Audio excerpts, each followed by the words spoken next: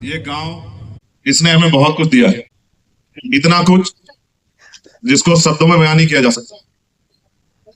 ये हमारा जिला है।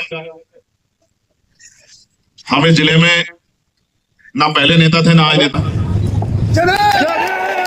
हम इस जिले में हमेशा भाई बेटे थे, भाई बेटे हैं, और जब तक जीवन रहेगा इस जिले के भाई और बेटे रहेंगे।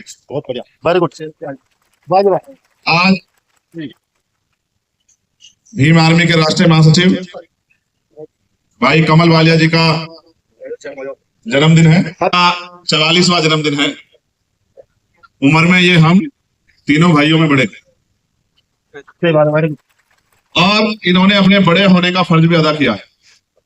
वैसे तो हम किसी के जन्मदिन पर जाते नहीं है, लेकिन क्योंकि ये उम्र में भी बड़े हैं और उन्होंने बहुत काम भी किया है, और इस बहाने से आपके बीच मुलाकात भी हो जाती, इसलिए हम लोग यहाँ उपस्थित हैं। समाज ने हमें जो जिम्मेदारियां सौंपी हैं, जो ताकत दी है, हमारा काम है उससे किसी के दुख तकलीफ को दूर करना, किसी की आवाज बनना, किसी की मदद करना, किसी की आवाज उठाना। मेरे आज भी याद है, बहुत सारे आंदोलन हमने इस अम्बेडकर भवन से चलाए, बहुत सारे कैडर हमने इस अम्बेडकर भवन में किए। और मेरे आज भी याद है कि जब पहली बार हम यहाँ मीटिंग में आए थे तो कमल साहब यहाँ नहीं थे, वो कहीं और गए हुए थे। इनको हमने फोन करके बुलाया था कि आ जाओ भाई, आपके गांव में हम भीम आर्मी की मीटिंग करने आए। फिर हमने देखा कि नाम तो कमल है, लेकिन ये आदमी तो कमल जैसा नहीं। कमल से मेरा जो आशय है वो कमल की कोमलता से है। ये आदमी मन का तो कोमल है, लेकिन बहुत मजबूत शरीर कुदरत ने इसको दिया। आज इनका जन्मदिन है, सच है, लेकिन जन्मदिन तो आते जाते रहते हैं। एक कड़वा सच ये है कि इस परिवार ने बहुत कुछ खोया, और मुझे कहने में कोई परहेज नहीं, और अध्यक्ष जी इस बात को अपने दिल पे स्वीकार करेंगे कि इनके जो छोटे भाई थे सचिन, हम उन्हें इनसे ज्यादा प्यार करते थे, क्योंकि आज तक कभी ऐसा नहीं हुआ कि हमने उनको कोई काम बताया और उन्होंने हमारी बात टाल दी। अगर हमने आधी रात को भी उसको कोई काम बता दिया, तीनों भाइयों ने, तो उसने कभी हमारी बात नहीं टाली। आज वो इस दुनिया में नहीं है दुर्घटना की वजह से। काश वो आज हमारे बीच होता तो हमारी ताकत और मजबूत होती। मैं इस अवसर पे छोटे भाई को भी नमन करता हूं, याद करता हूं, और साथ साथ इस पिट्टी को पुनः धन्यवाद देता कि उन्होंने इतने मजबूत सबूत समाज को दिए। भीम आर्मी के माध्यम से एक बहुत बड़ा परिवार मेरा यहाँ है, ये मेरा दूसरा घर है। मैंने और अध्यक्ष जी ने यहाँ बहुत समय बिताया, बहुत सारे आंदोलनों की रणनीतियां यहीं बैठ के बनाई, और इस गांव का हमेशा सहयोग मिला मुझे। जब मैं जेल में था तो मेरी माँ यहाँ भूख हड़ताल पे बैठी थी, मेरी बहनें, मैं इस गांव को कभी नहीं भूल सकता। मेरी बात को आप याद रखना, मैं बहुत कम आता हूँ, इसका मतलब ये नहीं कि मैं इस गांव को भूल सकता हूँ।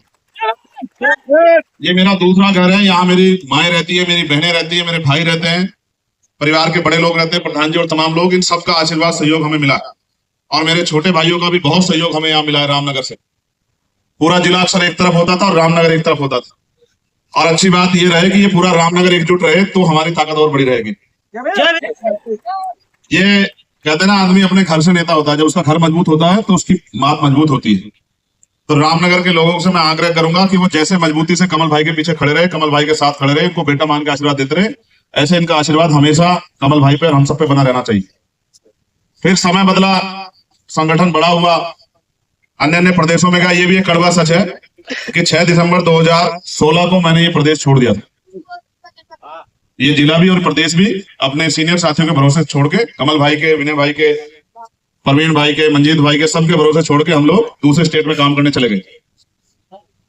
वहां महक सिंह जी ने मेरा बहुत सहयोग किया, और वहां भी हमने संगठन को बहुत मजबूत ताकत दी। फिर आंदोलन, यही वो जगह है, मेरे आज भी याद है कि जहां एक तरफ फोर्स खड़ी थी और दूसरी तरफ गुस्से में, चेहरे पे आंसू, क्रोध, तकलीफ का भाव लिए हजारों की संख्या में नौजवान।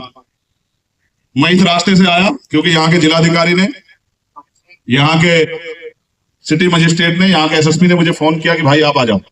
और एक ऐसा समय भी आया कि उधर से फायरिंग के ऑर्डर लगभग दे दिए गए। एक फायर हो भी गई थी। मैंने बीच में मोटरसाइकिल खड़ी की और मैं प्रशासन की तरफ चल पड़ा।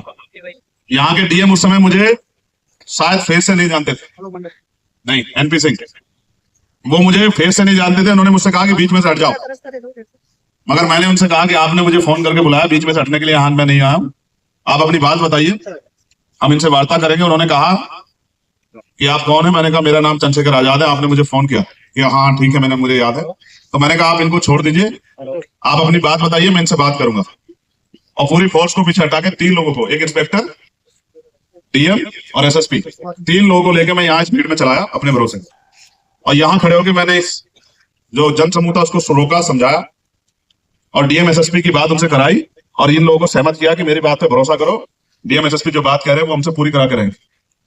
मुझे यहाँ ये भी कहना है, और जितने साथी यहाँ खड़े वो गवाही देंगे, अगर एक भी साथी ऐसा हो जो मैं झूठ बोलूं तो मुझे रोक देना। यहाँ घड़कोली के आसपास के लोग भी होंगे। जब घड़कोली का पूरी घटनाक्रम होगी तब उनका फोन मेरे पास आया था कि भैया आ जाओ। जब हम मर जाएंगे तब आओगे क्या आप? उससे पहले वहां जितनी घटना हुई उसकी मुझे कोई जानकारी नहीं। जो लोग यहाँ मेरे पुराने साथी हैं इस बात को जानते हैं कि मैं वहां तब गया जब मुझे फोन करके बुलाया गया कि भैया आ जाओ। और शब्बीरपुर यहाँ से बहुत दूर है। शब्बीरपुर की घटना पूरी घट चुकी थी, मैं देहरादून था। कमल भाई को मैंने कहा, फोन आया मेरे पास कि कमल भाई वहां पीड़ा होगी, आप जाओ।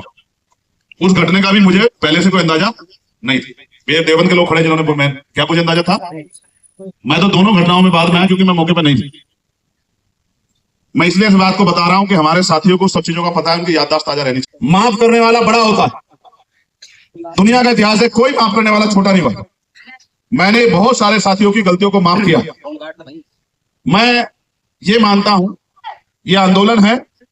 पुराने साथियों से मेरा आग्रह है कि वो अपने मन की घटना को निकाल के, जिस तरह पहले उन्होंने आंदोलन को सींचा, अपनी आपस की छोटी मोटी गांव की विधानसभा जिले की लड़ाई को खत्म करके अगर वो पुणे अपने आंदोलन को आगे बढ़ाए तो ये सहारनपुर जिला हमारी सबसे बड़ी ताकत है।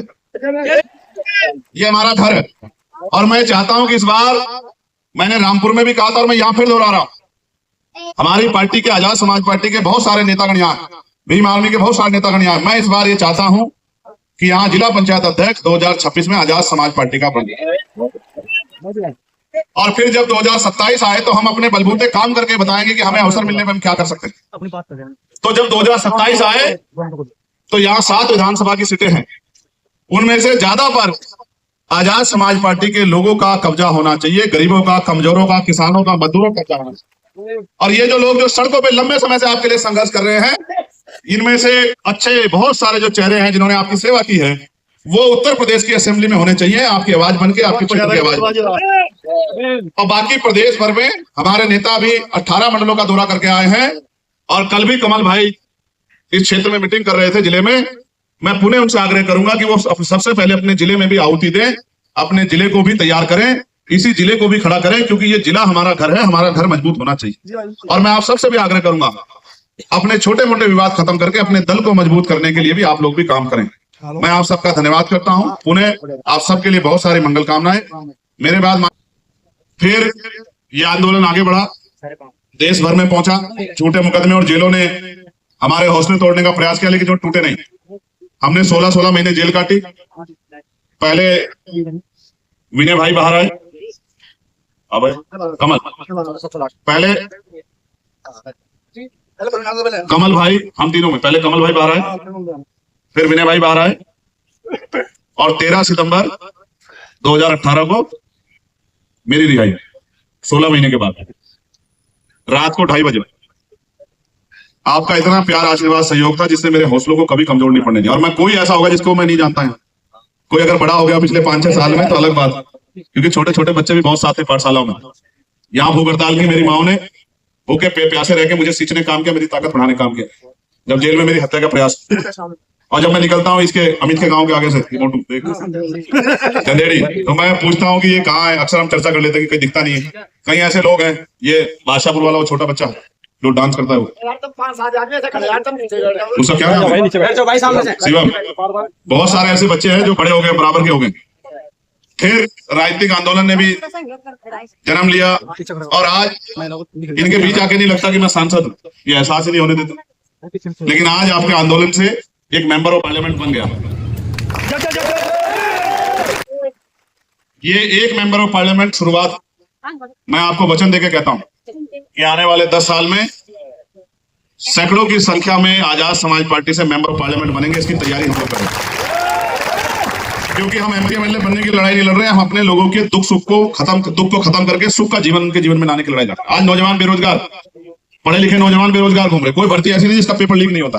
महंगाई ने गरीबों की कमर तोड़ दी, गांव में महिलाओं पे रोजगार नहीं, हम तमाम तरह से कुचले जा रहे हैं, सारी सरकारी नौकरियां खत्म हो रही, निजीकरण से को बढ़ावा दिया, किसान परेशान है, मजदूर को न्यूनतम वेतन नहीं मिल रहा, मनरेगा में जो पहले तो काम नहीं मिल रहा, जो काम मिलता है उतना कम पैसा मिलता है। 230 पर विश्वास दिला के कहता हूं कि सहारनपुर से चला ये आंदोलन, जिसने फतेहपुर में जन्म लिया, छुटमलपुर में जिसको नाम मिला, प्रदेश राष्ट्रीय स्तर की रामनगर से जिसको पहचान मिली, और नगीना ने जिनको बिजनौर ने जिनको इज्जत दी, ये आंदोलन देश और दुनिया में आपके नाम को आगे बढ़ाएगा और आपकी परेशानियों को हल करेगा। क्योंकि मुझे जाना है, माननीय अध्यक्ष जी जानते हैं कि मेरे सेशन परसों शुरू हो रहा है, मेरे बहुत सारे काम पेंडिंग हैं। इनके आदेश पे मैं बिना किसी, क्योंकि हमारे यहाँ अनुशासन है, हम अपने नेताओं का आदेश मानते हैं। हमारे दोनों सीनियर लीडर्स ने हमें आदेश किया था कि आपको आना है, हमने उनकी बात को सर माथे माना, हम यहाँ आए। आज हम जन्मदिन में शामिल हुए। मैं पुणे कमल भाई को, उनके पूरे परिवार को मंगल कामनाएं भेंट करता हूँ।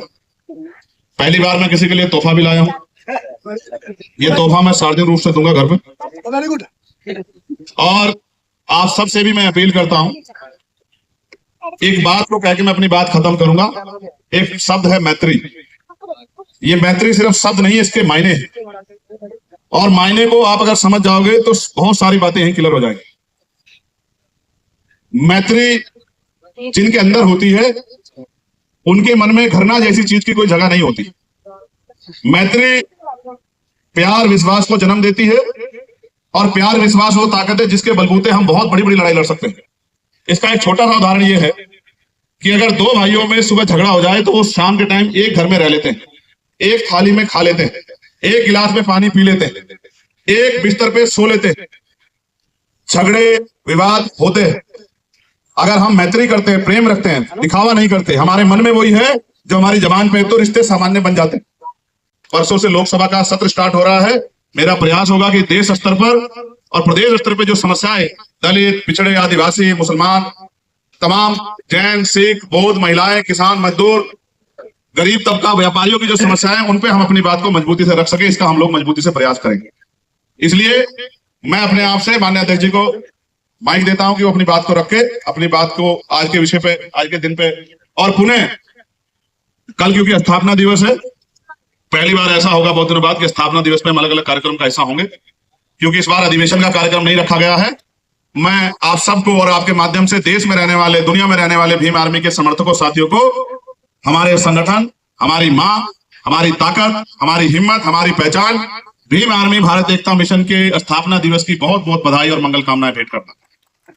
मैं आपसे ये भी आग्रह करता हूं कि आप भी अपने जिले में और जिलों की तरह कार्यकर्ता सम्मेलन बुलाकर और ज्यादा से ज्यादा सदस्य बनाने का काम जो है, और मैं आपको ये भी कहता हूं, अगर रसीदें ना पहुंचे तो आप डायरी में मेंटेन करना। मैं जब आऊंगा तो समीक्षा करूंगा कि अधिवेशन के दिन, स्थापना दिवस के दिन किसने सबसे ज्यादा सस्ता करा के आजाद समाज पार्टी के प्रति लोगों को तैयार करने का काम, जागरूक करने का काम करा। और जो साथी इस काम को बड़े पैमाने को करेगा, उसको हम लोग पुरस्कृत भी करेंगे। जो ज्यादा सदस्यता कल के दिन में और जो समय दिया जाएगा उसमें कराएगा। पुनः बहुत बहुत धन्यवाद और आप सबके लिए मंगल कामना।